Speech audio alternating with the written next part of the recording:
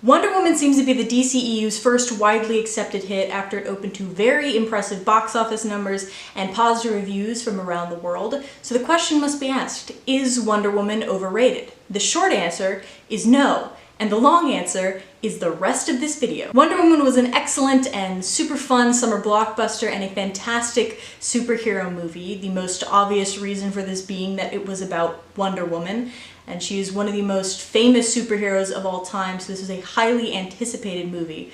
But most people only know Wonder Woman at a surface level, or they're familiar with the very campy Linda Carter version.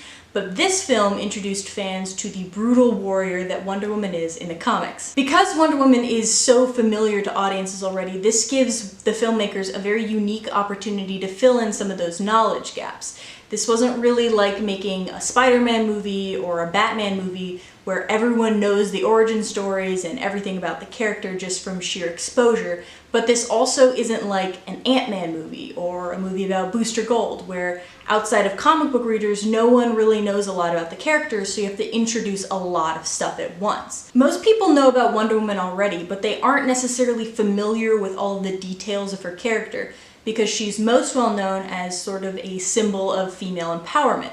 Now, her character isn't really that cut and dry, that's certainly part of who she is, but that's definitely not all of it, and this movie does a really good job of demonstrating all of the complexities of Wonder Woman's character. Diana is strong and brave and more powerful than any person she meets, but none of this detracts from her soft femininity. She loves babies and ice cream and snowfall and slow dancing and talking about marriage.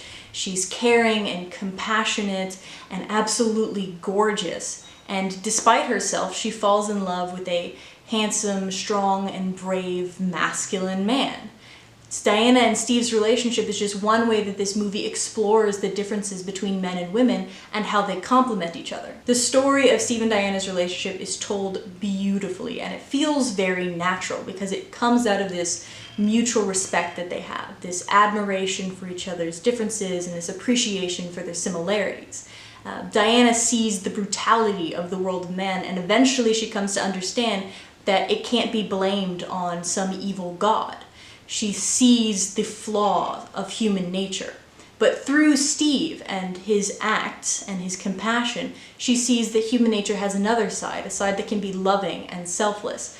And it's through Steve and through her love for Steve that she finds love and an understanding of human nature and humanity. Finally, another dimension that gives this film depth is its understanding of the nature of evil and its endless complexities. This movie could have very easily gone down the Captain America route and just made the bad guy some evil Nazi, but it didn't. And they did something very interesting. The first time we see the villain, when he's still in disguise, we see him advocating for peace in front of this council.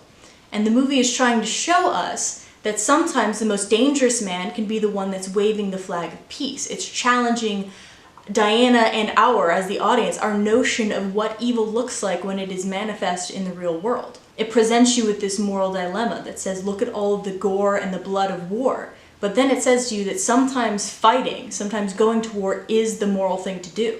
So yeah, I love this movie. I think it is safely within my top 5 favorite superhero movies. I just love the way that DC mingles the fantastical elements of their stories with these deeper, darker truths. But you've heard enough of me talking about what I think, so let me know what you guys think in the comments below. As always, thanks for watching. Bye, guys.